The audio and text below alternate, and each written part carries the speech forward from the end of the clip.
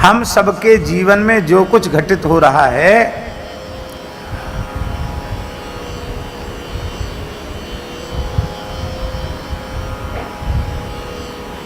वो आकस्मिक नहीं है। हमने तो कुछ किया ही नहीं था, हमने क्या बिगाड़ा था, हमारे साथ ऐसा क्यों हो गया। नहीं, कोई भी क्रिया, कोई भी कार्य अकारण नहीं हो सकता। इसलिए अकारण नहीं हो सकता क्योंकि प्रत्येक कार्य का कोई न कोई कारण होता है। प्रत्येक कार्य का कोई न कोई कारण होता है। कारण दो प्रकार के होते हैं भैया जी, एक दृष्ट और एक अदृष्ट। दृष्ट कारण उसको कहते हैं जो प्रत्यक्ष में हमें दिखाई पड़ता है, और अदृष्ट कारण उसे कहते हैं जो हमारी नजर में नहीं है। वही जन्मांतरीय है। पता नहीं किस जन्म का कौन सा कर्म वह फल देने के लिए इस जन्म में प्रस्तुत हुआ, इसे सर्वज्ञ परमात्मा के अतिरिक्त कोई नहीं जान सकता।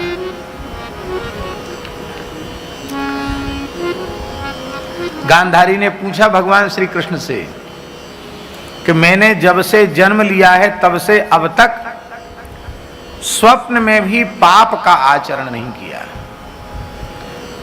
पातिव्रत धर्म का पूर्ण निष्ठा से पालन किया है। तो कौन सा ऐसा हमारा पाप था जिसके कारण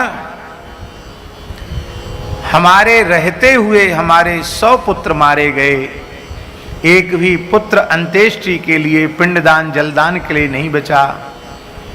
तुम तो सर्वज्ञ परमात्मा हो, बताओ, और नहीं तो मैं तुम्हें शाप दे दूंगी। भगवान श्री कृष्ण ने कहा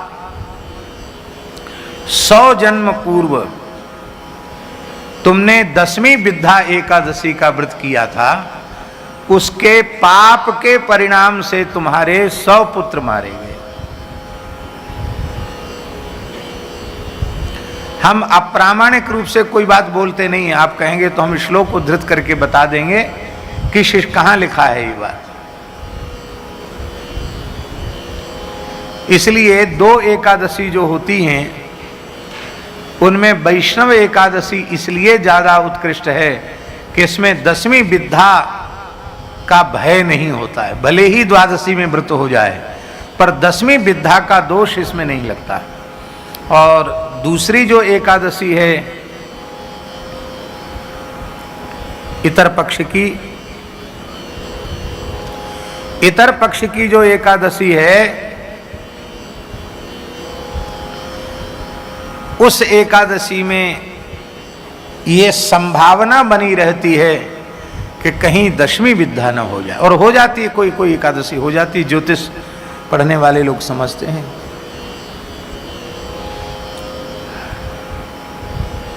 भीष्म जी ने पूछा, प्रभु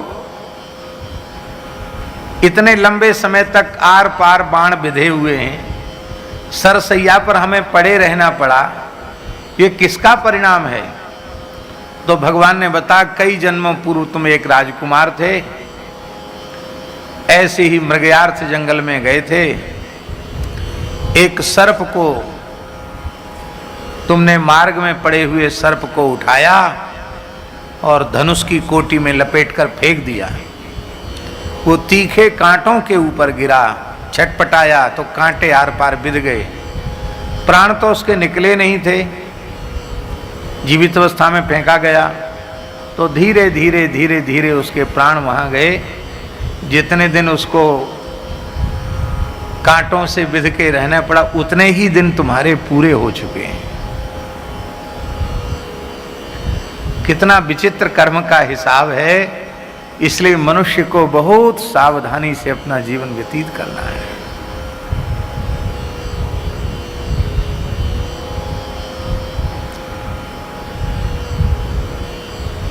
हम लोग सावधानी नहीं रखते, बहुत प्रमाद करते हैं, हर चीज में प्रमाद करते हैं और कर्म के रहस्य से बेखबर बने रहते हैं।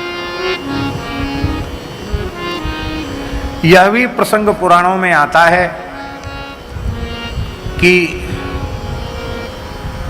हरिश्चंद्र को पहले प्रवीर नामक चांडाल ने, लीला में तो कालू बताते, क्या बताते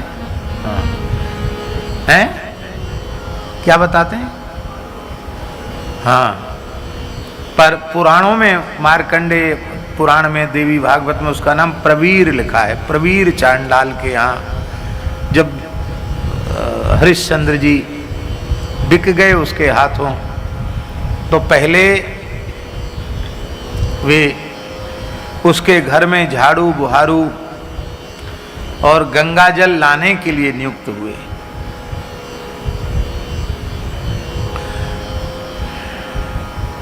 खरीदे हुए जो सेवक होते हैं उनको तनख्वाह देने की तो कोई बात ही नहीं है, खरीदे हुए,